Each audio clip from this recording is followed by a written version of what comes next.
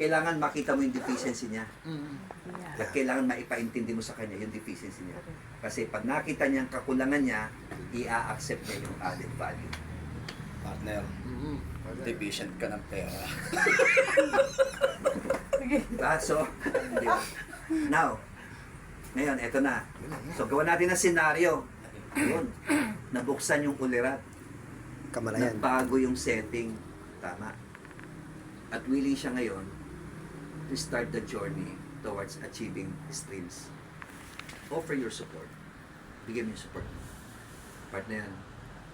Ay, Ben, ang totoo, naghahanap talaga ako ng mga kapartner. Tutukan lang natin for 2 years, 3 years, 5 years program. May susundan tayong program.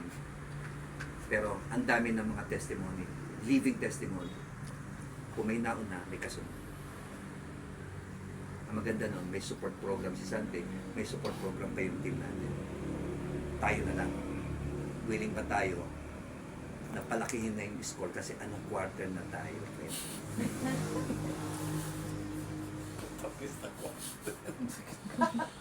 Humabol ka na. Never too late. And through non-traditional opportunity, we can fast track the result.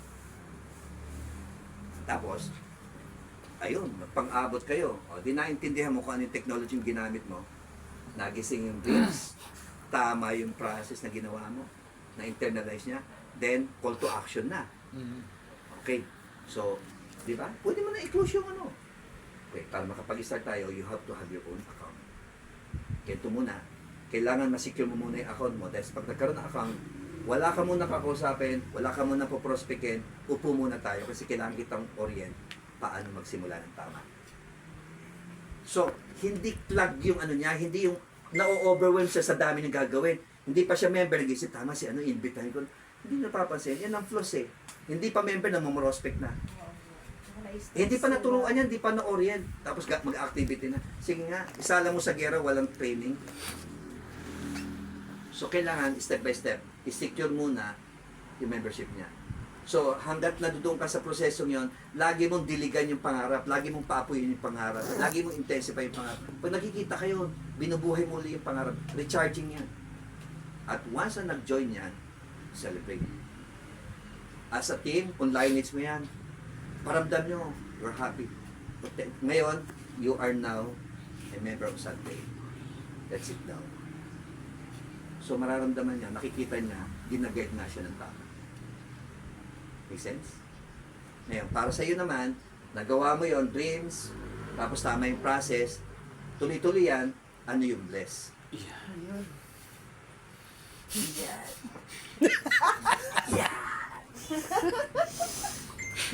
Blessing na po. Oh. Ito na-share ko na sa inyo, di ba?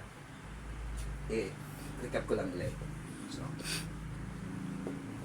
okay doon sa una, palaman, pag hindi mo na, di ba, na-isil, hindi mo na silyan, hindi mo na i-clone yan ng ganyan, maintindihan nyo bakit maraming napapagod sa network marketing.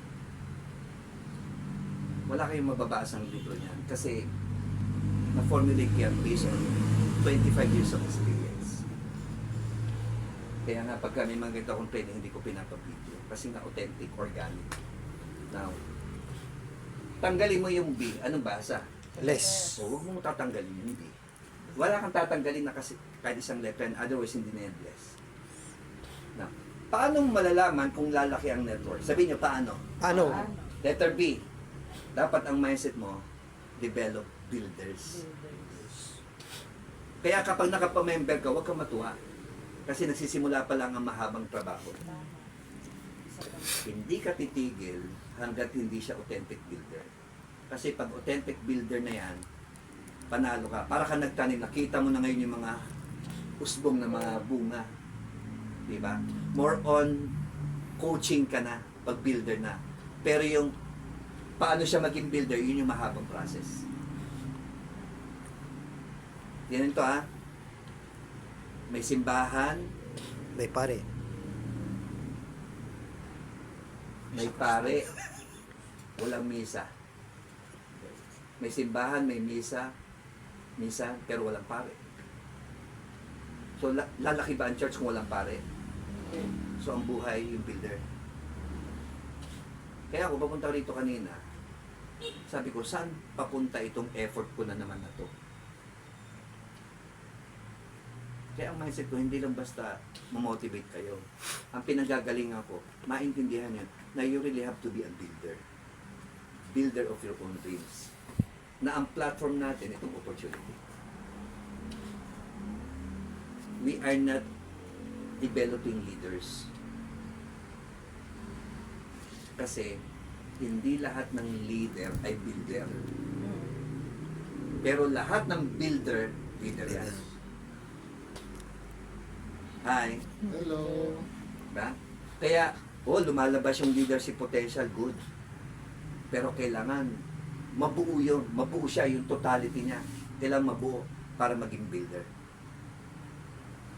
Which includes, yun nga, yung 4 quadrants. Kailangan internalize yun.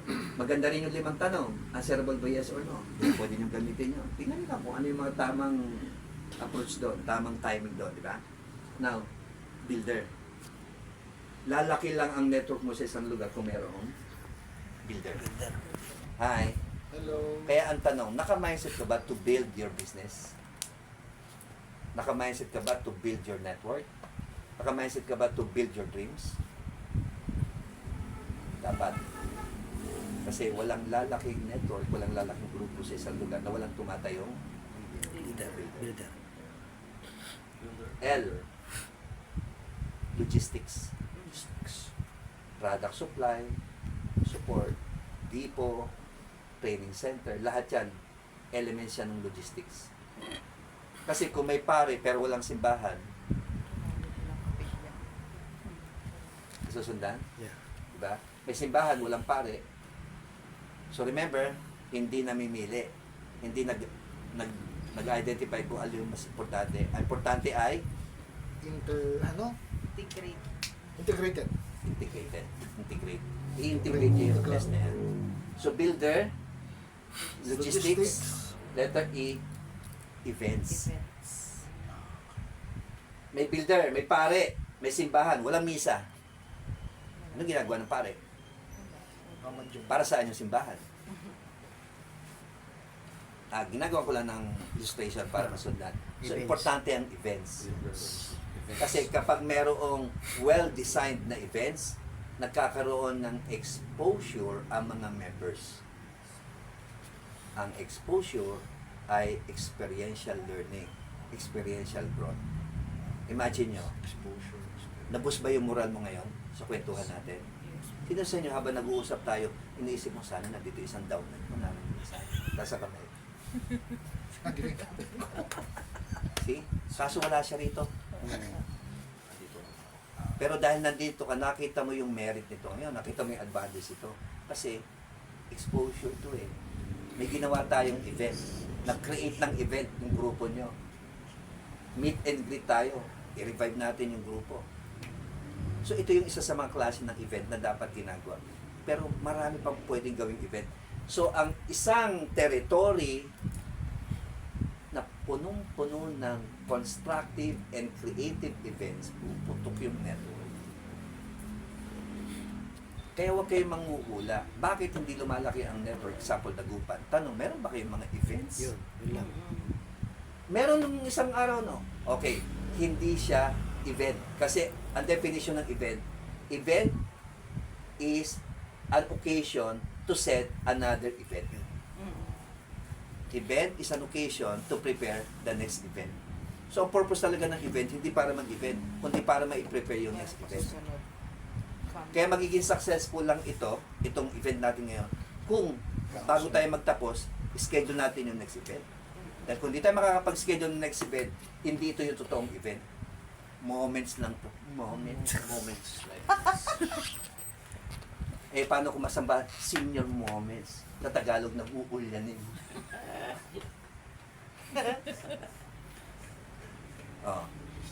Tanong, sa Dagupan ba may logistics? Yes. May builder ba sa Dagupan? Sa Pangasinan? May event ba? Wala. So, ang tawag doon, tanggalin mo yung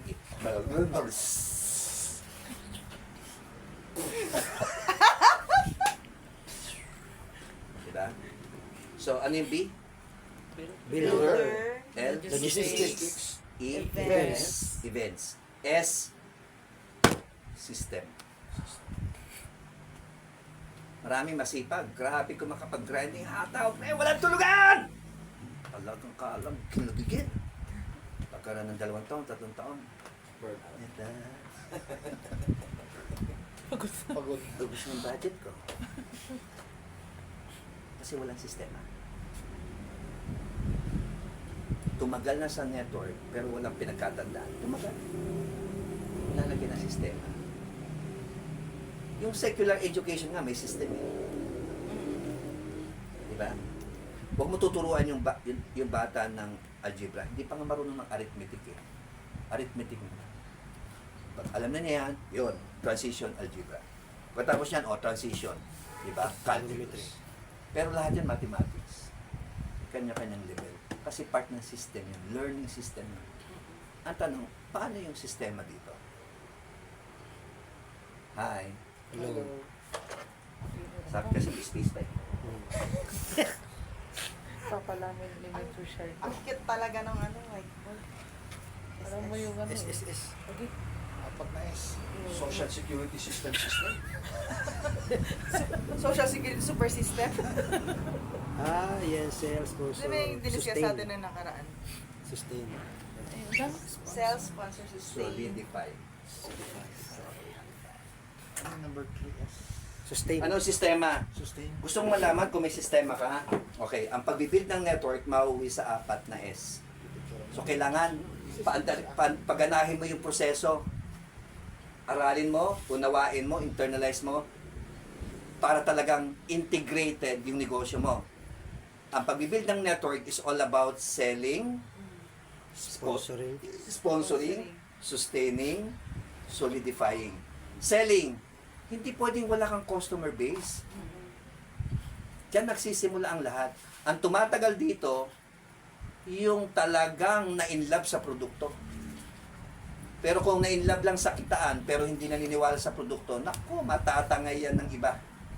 Shh, dito maganda. Tayo, hindi rin pa dito. Hindi nga. Asisi mo. Hindi nga. Anong bahala sa account mo? Akin yung email mo, i-register kita. 7 account sa iyo. After 1 week, lipat tayo. Ay, Diba? Mary. So, sell. Maganda ba produkto natin? Yes. Kailangan makabuild ka ng customers. Ang marketing, by the way, ang marketing, ito yung wrong connotation sa marketing. Marketing is all about looking new customers. May magandang insight. No. Marketing is all about looking new customers and preserving old customers. Sa new customers, new. Pero sa old customers, ano yung value na pwede mong i-add sa kanya para yung old customers maging loyal customers. Imagine mo, yung napamember ko 17 years ago, hanggang ngayon bumibili, 17 years na bumibili. Ano sa tingin niyo? 17 years na niya ako binibigyan ng kondisyon. Ganda ba yun? So you have to sell the product. You have to sell the opportunity. You have to sell the support system. Marami kang mga items na pwedeng ibenta. Hindi lang product na tangible. Lahat ng meron ka, mga anggulo ng negosyo, sell. Then, sponsor. Hindi pa yan member. Huwag mong sasabihin yung membership. Ang laki na kinikita ko dyan. Bili ko 3+1. Benta ko sa kanya, content discount. Huwag mo ikukwento yung package. Pagka ganon, bungi yung negosyo mo. Hindi ka nakarating sa sponsor. Okay lang mawalan ka ng retail profit. Pero meron ka ng pwedeng simulan na ma-develop na builder. Mamili ka. 1,000 customer o 10 builders lang. 10 builders. Kasi yung 10 builders na yung gagawa ng 1,000 customers. Ang leader pwede mag-develop ng customer. Pero ang customer, hindi nag-develop ng leader. Ng builder. So you have to sponsor. Then, pag napa-member, dapat may sistema ka from customer paano kinu-convert to become a registered member. Pag registered member, check ka sa sponsor, dapat may sistema ka paano nako-convert to become a business owner. So, hindi magic yan. May trabaho dyan, may effort. Reset para maging business owner, para angkinin niya yung negosyo niya. Tama. Kahit may trabaho yan, bibigyan niya ng time to kasi alam niya ang future niya nandito, wala doon sa trabaho niya. Yeah. At kaya niya gagawin yon, bakit may extra effort? Eh, naiintindihan siya, may na-internalize eh. Kaya yun yung behavior niya ngayon. Hi. Hello. So, ano yung conversion system mo? Ano yung sistema mo para from one point to another point? Ano yung sistema mo sa pagta-transition? So, member, tina-transition mo to become a leader, a builder. Paano? Mga training program, events, kinukumpleto mo yung bless na yan. See? So, nasusustain mo. Bakit nung panahon natin noon dito, na nandito ako nakatira, grabe yung ano natin. Alam mo yung di Venecia, nabansagan ng sabungan yan. Kasi pag Sabado, ay, Punong-puno. sabi, yan pa yung ano, yung parang sabungan doon. Yun ang description eh. Kasi ang dami mga tricycle dito, Sasakyan. yung mga ganyan. Punong-puno. 120, 130 seating capacity sa taas. Kung ano yung laki nun, hindi laki sa baba. Dumating tayo sa point, dalawa ang projector.